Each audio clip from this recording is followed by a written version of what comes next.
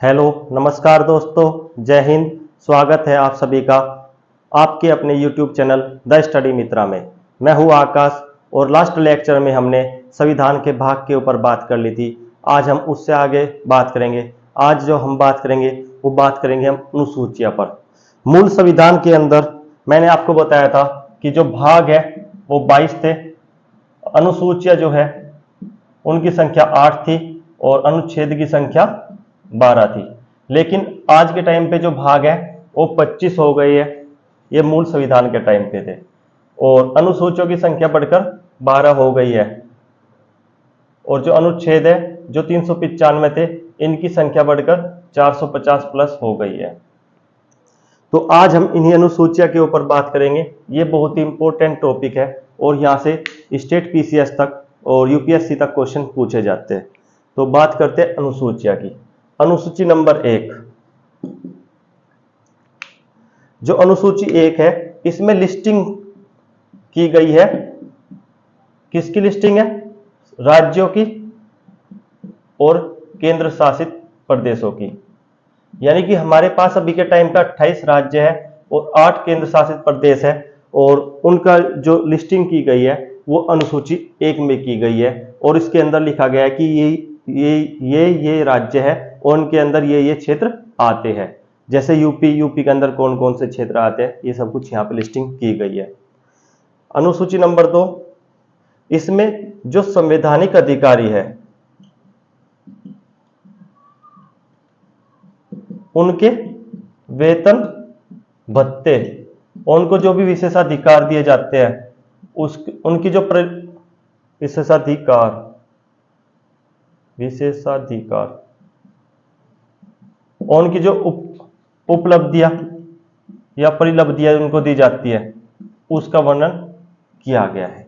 Mainly यहां पर लिखा आता है संवैधानिक अधिकारियों के वेतन भत्ते। अब इसमें कौन कौन से संवैधानिक अधिकारी है ये बात जानने योग्य है। यहां पे आपको राष्ट्रपति, देखो केंद्र स्तर पर राष्ट्रपति होगा तो स्टेट स्तर पर कौन होगा? राज्यपाल होगा। इसके अलावा लोकसभा के अध्यक्ष और उपाध्यक्ष। यहां पे अगर सेंटर पे लोकसभा है तो स्टेट में क्या होगी? विधानसभा।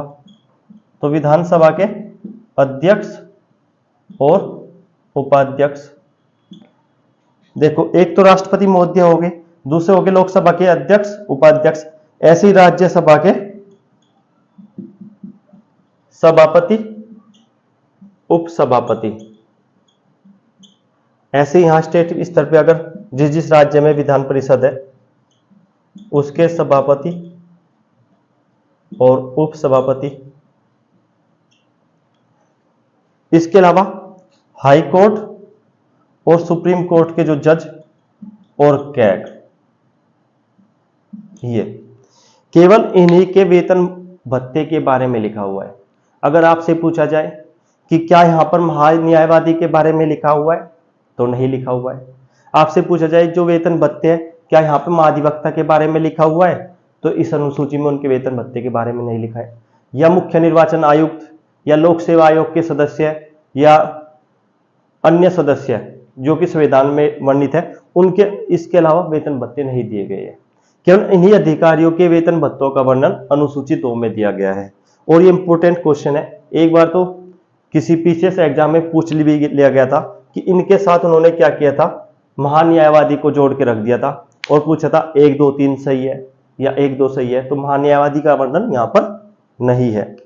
अब अनुसूची नंबर 3, ये आपको याद कर लेना है। संवैधानिक अधिकारी कौन कौन है? राष्ट्रपति है, राष्ट्रपति का लोकसभा के अध्यक्ष उपाध्यक्ष है, राज्यसभा के सभापति उपसभापति है, राष्ट्रपति जैसे स्टेट में क्या होता है? राज्यपाल, तो राज्यपाल है। लोकसभा की तरह क्या होता है? विधानसभा, इसके अध्यक्ष उपाध्यक्ष हो गए। यहाँ पे राज्यसभा उसकी तरह क्या हो गया? विधान परिषद, उसके सभापति उपसभापति हो गए। हाई कोर्ट और सुप्रीम कोर्ट के जज हो गए और कैग हो गया। इनके वेतन भत्तों के बारे में वर्णन अनुसूची 2 में दिया गया है। अनुसूची नंबर 3 में क्या है? शपथ। जो संवैधानिक अधिकारी है उनकी शपथ का वर्णन किया गया है कि उनका शपथ का प्रारूप क्या होगा। और यहां पर जो शपथ के लिए कहा गया है वो कहा गया है संसद के सदस्य, यानी कि संसद के सभी सदस्य, जो संसद के सदस्य हैं वो सभी। दूसरा, मंत्री, केंद्रीय मंत्री, यानी सेंटर के जो मंत्री होंगे वो। ऐसे स्टेट में क्या आ जाएगा, जैसे यहां पे संसद है, स्टेट में क्या होगा, विधानमंडल के सदस्य। और ये केंद्रीय मंत्री है तो ये राज्य मंत्री हो गए, जो स्टेट में मंत्री बनेंगे स्टेट गवर्नमेंट के अंदर, वो मंत्री हो गए। इसके अलावा सुप्रीम कोर्ट और हाई कोर्ट के जज और कैग, केवल इन्हीं की शपथ का वर्णन अनुसूची 3 में दिया गया है। यानी कि जो संसद के सदस्य होंगे उनका, केंद्र स्तर के जो मंत्री होंगे, ठीक है, विधानमंडल के सदस्य, राज्य के जो मंत्री होंगे राज्य सरकार के अंदर, ये केंद्र सरकार के अंतर्गत है, और सुप्रीम कोर्ट, हाई कोर्ट के जज और कैग, इनकी शपथ का वर्णन अनुसूची 3 में दिया गया है।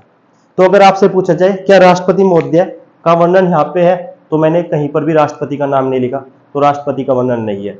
लोकसभा के अध्यक्ष, उपाध्यक्ष का वर्णन, उनकी शपथ का वर्णन यहाँ पे नहीं है। ऐसे ही राज्यसभा के सभापति और उपसभापति का वर्णन यहाँ पे नहीं है।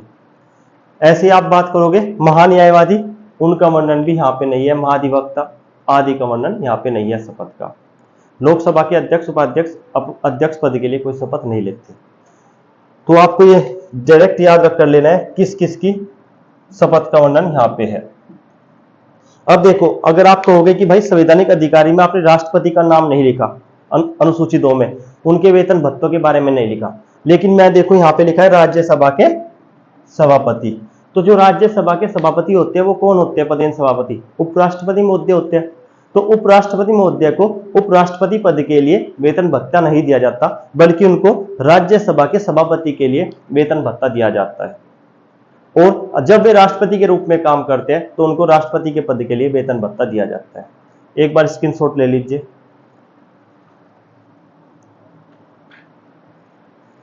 हटा दे तो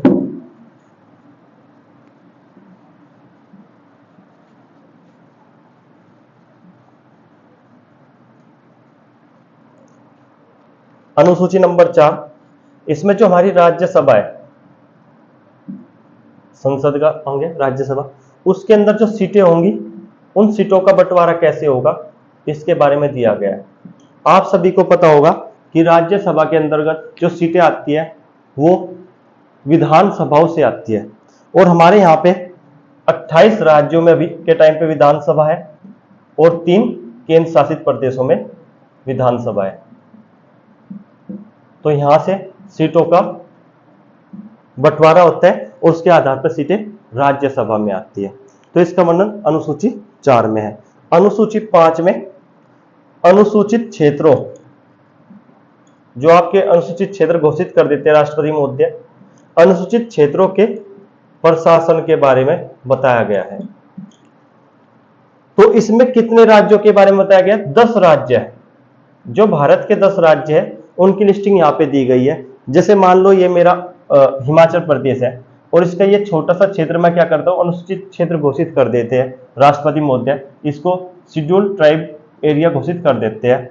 तो इसका प्रशासन कैसे होगा और उसकी लिस्टिंग यहाँ पे दी गई है अनुसूचित क्षेत्रों के प्रशासन के बारे में, कि किस राज्य के अंदर कौन कौन सा क्षेत्र अनुसूचित क्षेत्र है और उसका प्रशासन कैसे होगा, उसका वर्णन अनुसूची 5 में दिया गया है। और ये यहाँ पे टोटल 10 राज्य हैं। वो 10 राज्य कौन कौन से हैं अभी हम देख लेते हैं। इन 10 राज्यों में है हिमाचल प्रदेश, सबसे पहला राज्य है हिमाचल प्रदेश। दूसरा हो गया राजस्थान।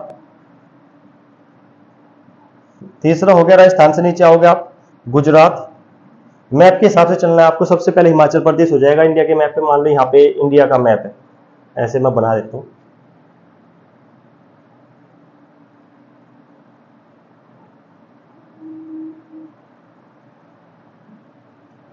यहाँ पे इंडिया का मैप है, ये इंडिया का मैप है। तो यहाँ पे सबसे पहले आपका आ जाएगा हिमाचल प्रदेश। इससे नीचे यहाँ पे आपको मिल जाएगा राजस्थान। राजस्थान के नीचे यहाँ आओगे आपको गुजरात मिल जाएगा। उसके नीचे आप जाओगे महाराष्ट्र मिल जाएगा आपको। उसके महाराष्ट्र के इधर जाओगे आपको आंध्र प्रदेश मिल जाएगा।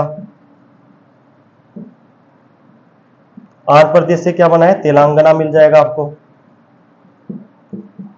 तेलंगाना के ऊपर क्या मिल जाएगा आपको, उड़ीसा मिल जाएगा आपको। आंध्र प्रदेश, तेलंगाना, उड़ीसा। और इसके ऊपर आपको यहाँ पे एमपी और छत्तीसगढ़ मिल जाएगा, मध्य प्रदेश। और मध्य प्रदेश से क्या बना था, छत्तीसगढ़। और 10वां राज्य है आपका झारखंड। यानी कि इन 10 राज्यों के जो अनुसूचित क्षेत्र है उनका वर्णन अनुसूची 5 में दिया गया है। अगर आपसे कहे कि यूपी के अनुसूचित क्षेत्र का क्या वर्णन है, तो नहीं है, केवल आपके ये 10 राज्य है। आपको ये राज्य याद कर लेने हैं कि किस किस राज्य का वर्णन है। कुल मिला के कितने राज्यों की संख्या कितनी है, 10। इनका वर्णन कहाँ पे है, अनुसूचित क्षेत्रों के प्रशासन का वर्णन अनुसूची 5 में है। जब हम भाग 10 पढ़ेंगे उसके साथ हम इन चीजों को मिलाकर पढ़ेंगे। अब इसके बाद आती है अनुसूचित 6। यहां पे लिख देता हूं, जो अनुसूचित 6 है इसमें नॉर्थ ईस्ट आपका उत्तर पूर्वी जो ये स्थान है, यहाँ के 4 राज्यों के बारे में बताया गया है। और वो 4 राज्य आप याद कर सकते हो, मैंने याद किया है ATM। आप ATM का यूज करते हो घर में तो अपने पास रखते हो तो ATM और एक M आगे रख लो, ATMM। ए से बन जाएगा आपका असम, त्रिपुरा, मेघालय और मिजोरम। ये 4 राज्य है, यहाँ पे असम, त्रिपुरा, मेघालय और मिजोरम।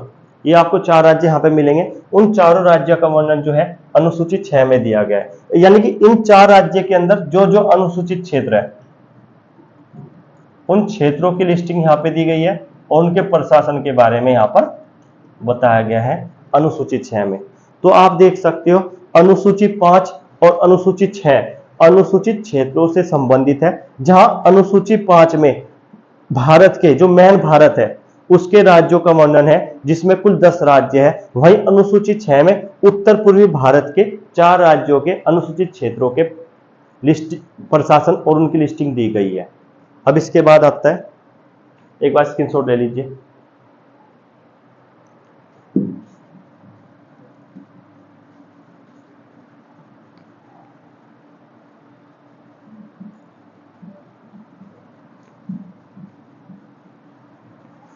अनुसूची नंबर 7 से आप रख सकते हैं आज सूची, 6 से 7, 6 से सूची, यानी कि यहाँ पे सूचियों का वर्णन है।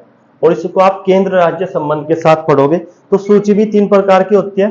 संघ सूची, यानी कि ऐसे सब्जेक्ट इसमें दिए होते हैं जिनके ऊपर कानून बनाने की क्षमता किसके पास है, संसद यानी सेंटर के पास है। राज्य सूची, ऐसे सब्जेक्ट जिनके ऊपर कानून कौन बनाएगा, राज्य बनाएगा। और समवर्ती सूची, ऐसे सब्जेक्ट जिनके ऊपर कानून राज्य और केंद्र दोनों बना सकता है। इन सूचियों के अंदर क्या क्या सब्जेक्ट है ये हम भाग 11 में जब केंद्र राज्य संबंध पढ़ेंगे तब देख लेंगे, इंपॉर्टेंट सब्जेक्ट। अब इस संघ सूची में जब हमारा संविधान मूल संविधान था उस टाइम पे 97 सब्जेक्ट थे इसके अंदर, लेकिन आज के टाइम पे 100 सब्जेक्ट हो गए हैं। ऐसी जो राज्य सूची है इसमें पहले 66 सब्जेक्ट थे, लेकिन अब ये घटकर 61 हो गए हैं। और समवर्ती सूची में पहले 47 सब्जेक्ट थे, अब बढ़कर 52 हो गए हैं। यानी आज के टाइम पे इतने सब्जेक्ट है।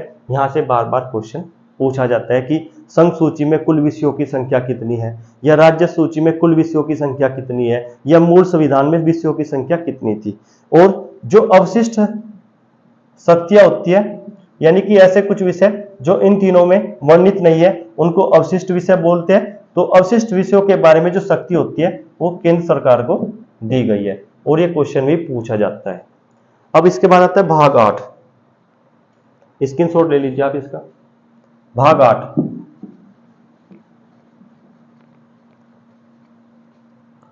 भाग 8 में भाषाओं के बारे में दिया गया है कि हमारे संविधान में कौन सी भाषाएं मान्यता प्राप्त भाषाएं हैं। जब हमारा संविधान बनकर तैयार हुआ उस टाइम पे मूल संविधान में भाषाओं की संख्या 14 थी, लेकिन अब जो भाषाओं की संख्या है वो 22 हो गई है। और यहां से भी क्वेश्चन पूछा जाता है, यहां तक कि यूपीएससी ने भी यहां से क्वेश्चन पूछा है। अब इसे जब प्रारंभ में 14 भाषाएं थी वो कौन सी थी और बाद में 8 कौन सी जोड़ी गई वो भी देखनी है हमें। तो प्रारंभ में आप इंडिया के मैप को एक साइड से लेके चलोगे तो सबसे ऊपर क्या है, जम्मू कश्मीर, तो आप कश्मीरी वहां पे कश्मीरी बोली जाती है, साथ में उसके साथ उर्दू बोली जाती है। उससे नीचे आ जाओ आप हिमाचल प्रदेश उत्तराखंड में, तो वहां पे आपको हिंदी मिल जाएगी। साथ में अगर उत्तराखंड की आप राज्य मान्यता प्राप्त भाषा को देखोगे तो संस्कृत है, तो आपको संस्कृत मिल जाएगी। हिमाचल प्रदेश के साइड में क्या है, पंजाब है, तो पंजाबी। तो 1 2 3 4 5। अब आप राजस्थान में आ जाओगे, राजस्थान में हिंदी बोली जाती है, तो हिंदी तो हो ही गई। इसके अलावा राजस्थानी बोली जाती है जो मान्यता प्राप्त भाषाओं में नहीं है। इसके बाद आ जाओ नीचे उससे गुजराती, नंबर 6 हो गया गुजराती, नंबर 7 हो गया मराठी, नंबर 8 हो गया कन्नड़। देखो मराठी महाराष्ट्र में बोली जाती है, गुजरात में गुजराती, कर्नाटक में बोली जाती है कन्नड़। कर्नाटक से नीचे कौन आ जाएगा, केरल, केरल में बोली जाएगी मलयालम। उसके बाद आप तमिलनाडु में आ जाओ, तो तमिलनाडु में हो गई आपकी तमिल। मैप के हिसाब से आपको लेके चलना है, ऐसे तो आप भूल जाओगे, लेकिन अगर मैप के हिसाब से पढ़ोगे तो आपको याद रहेगी। तमिलनाडु में हो गई तमिल। तमिलनाडु से ऊपर आप जाओगे तो आंध्र प्रदेश में क्या हो गई, आंध्र प्रदेश और तेलंगाना में हो गई तेलुगु। उसके बाद आप उड़ीसा में जाओगे तो उड़िया, और 12 हो गई। अब 13वें नंबर की आप उससे ऊपर जाओगे बांग्लादेश में बांग्ला, और 14 नंबर की थी असमिया। यानी कि जब हमारा मूल संविधान बनकर तैयार हुआ तो उस समय इन 14 भाषाओं को मान्यता प्राप्त भाषाएं थी जो अनुसूची 8 में दी गई थी। लेकिन इसके बाद संविधान संशोधन हुए और बाद में भाषाएं जोड़ी गई, जिसमें 21वां संविधान संशोधन हुआ, एक 71वां संविधान संशोधन हुआ, और एक आपका 92वां संविधान संशोधन हुआ। याद रखने का तरीका, अगर आप 21 71 को याद रख लोगे, 21 में 50 जोड़ दो 71, इन दोनों को जोड़ दोगे तो 92। 21वां संविधान संशोधन आपका हुआ 1967 में, 71वां संविधान संशोधन आपका हुआ 1992 में, अब 92वां संविधान संशोधन है 2003 में। यह सन है जब जब ये संविधान संशोधन हुए हैं। अब जब 21वां संविधान संशोधन हुआ उसमें कुल एक भाषा जोड़ी गई थी, और उस भाषा का नाम है सिंधी। तो कितनी जोड़ी गई, एक, उसका नाम क्या है, सिंधी। यानी कि 21वें संविधान संशोधन से सिंधी भाषा को जोड़ दिया गया, तो भाषा के 14 और 1 हो गई 15। इसके बाद जो 71वां संविधान संशोधन हुआ उसमें कुल 3 भाषाएं जोड़ी गई, और उन 3 को मैंने याद रखने का तरीका बनाया है नमक। मेरा तरीका है नमक। ये 3 भाषाएं हैं, न से हो गई नेपाली, मैं से हो गई मणिपुरी, और कैसे हो गई कोकनी। यानी कि ये 3 भाषाएं जो है कब जोड़ी गई, 71वें संविधान संशोधन द्वारा जोड़ी गई। और ये क्या हो गई, नमक, यानी नेपाली, मणिपुरी और कोकनी। तो यानी कि 14 और 4 कितनी होगी, 18। अब 92वें संविधान संशोधन 2003 में हुआ, और इसमें 4 भाषाएं जोड़ी गई, और उसका मेरा तरीका है बोर्ड मास। बीओ से हो गया बोडो, डी से डोगरी, एमए से मैथिली, एस से हो गया संथाली। ये मैंने याद रखने का तरीका बनाया अपना, जिससे मैं याद रख पाता हूं उनको। तो बोडो, डोगरी, मैथिली, संथाली, ये 92वें संविधान संशोधन 2003 में जोड़ी गई। तो ये कितनी जोड़ी गई टोटल, 4। अब देखो, एक में 3 जोड़ोगे कितनी हो जाएगी, 4। यानी पहले में 1, इसमें 3 और इसमें 4, 8 जुड़ गई। 14 पहले से थी और जुड़ कितनी गई, 8, और कुल भाषाएं कितनी हो गई, 22। यानी कि अभी हमारे संविधान की 8वीं अनुसूची में कुल भाषाओं की संख्या 22 है, जो 21वें संविधान संशोधन में 1, 71वें में 2, 3 और 92वें में 4 भाषाएं जोड़ी गई।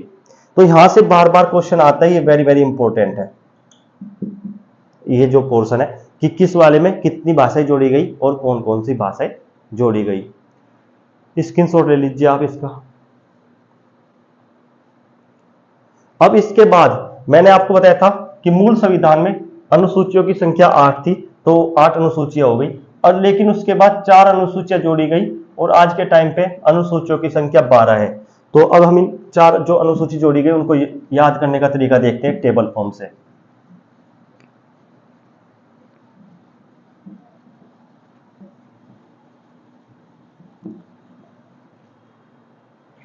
अनुसूची नंबर 9, अनुसूची नंबर 10, अनुसूची नंबर 11, अनुसूची नंबर 12।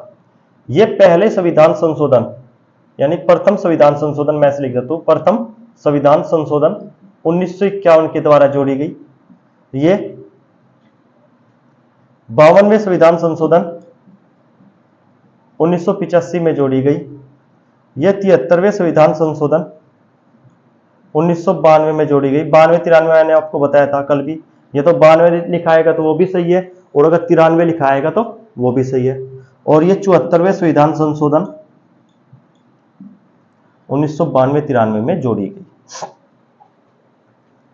इसका जो नाम है, इसका नाम है भू सुधार अधिनियम, यानी कि भूमि के सुधार से संबंधित ये अनुसूची जोड़ी गई थी।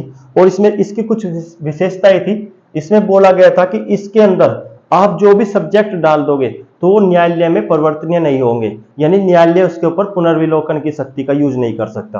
प्रारंभ में ये क्या थे, न्यायालय में अपरिवर्तनीय थे, न्यायालय क्या कर सकता था, इसके ऊपर पुनर्विलोकन की शक्ति का यूज नहीं कर सकता था। लेकिन बाद में सुप्रीम कोर्ट के डिसीजन आए और उसमें कहा गया कि न्यायालय इसके ऊपर पुनर्विलोकन कर सकता है, यानी कि अब पुनर्विलोकन कर सकता है, पुनर्विलोकन की शक्ति कर सकता है, और उसमें डाले गए सब्जेक्ट को भी जीरो घोषित कर सकता है अगर वो मौलिक अधिकारों का हनन करते हैं। इसके अंदर कुल 284 प्रविष्टियां डाली गई है। ये सभी प्रविष्टियां इसलिए डाली गई थी ताकि न्यायालय उसमें के साथ छेड़छाड़ न कर सके। तो भू सुधार अधिनियम पहले संविधान संशोधन 1951 के द्वारा जोड़ा गया, और इसमें कुल 284 प्रविष्टियां हैं। और इसमें पहले कहा गया था कि न्यायालय में परिवर्तनीय होगा, यानी न्यायालय पुनर्विलोकन की शक्ति का यूज नहीं कर सकता। लेकिन बाद में सुप्रीम कोर्ट के डिसीजन आते गए और उसमें बताया गया कि यह डिसीजन फाइनल हो गया कि न्यायालय इसमें भी पुनर्विलोकन की शक्ति का यूज कर सकता है। 1975 के बाद इसमें जितनी भी प्रविष्टियां डाली गई होगी, किसके बाद, 1975 के बाद, तो सभी का पुनर्विलोकन न्यायालय कर सकता है। अब इसके बाद होती है 52वां संविधान संशोधन 1985। इससे अनुसूची 9 जुड़ी, इससे अनुसूची 10। ये जो था, ये था दल बदल विरोधी कानून, दल बदल विरोधी कानून, यानी कि पहले आदमी क्या करते थे, एक दल से दूसरे दल में जाते रहते थे, तो अगर वो दल बदल करते तो उनकी क्या निर्योग्यता होगी वो यहाँ पे बताया गया है। और इसे 52वें संविधान संशोधन द्वारा जोड़ा गया था, यानी सांसदों की निर्योग्यता, सांसद या विधायक जो भी है उनकी निर्योग्यता ये बताता है, किस आधार पर इनको निर्योग्य ठहराया जा सकता है। अब इसके बाद होता है 73वां संविधान संशोधन 1992-93। इसके द्वारा पंचायत को जोड़ा गया। कल भी मैंने आपको बताया था भाग 9 में पंचायत है, और इसके अंदर कुल 29 विषय रखे गए हैं जिन विषयों पर पंचायत कार्य कर सकती है, जैसे तुम्हारा सिंचाई, सड़क निर्माण, ये सब विषय इसमें रखे गए हैं। ऐसे 74वां संविधान संशोधन 1992-93, इसके द्वारा नगर पालिका को जोड़ा गया, और इसके अंतर्गत कुल 18 विषय रखे गए हैं। ये क्वेश्चन भी बार बार पूछा जाता है कि पंचायत में कुल कितने विषय है, 29, या अनुसूची 12 में कुल कितने विषय है, 18। अभी के टाइम पे कितनी अनुसूची है, 12। और पहली संविधान संशोधन द्वारा कौन सी अनुसूची जोड़ी गई, ये वाली भू सुधार अधिनियम। 52वें से कौन सी जोड़ी गई, दल बदल विरोधी कानून। तो ये सब क्वेश्चन पूछे जाते हैं। तो आप सभी को इसके प्रॉपर नोट्स बना लेने हैं और इसको अच्छे से पढ़ लेना है। और मेरा मानना है कि इससे बाहर यहाँ से क्वेश्चन नहीं पूछे जाएंगे, तो हम अच्छे से तैयारी करेंगे। और ये सभी छोटे एग्जाम से लेके बड़े एग्जाम जैसे पीसीएस तक, सभी यूपीएससी तक, सभी एग्जाम के लिए बहुत प्रभावी है। तो आज यहीं तक रखते हैं। प्लीज सपोर्ट करें। धन्यवाद।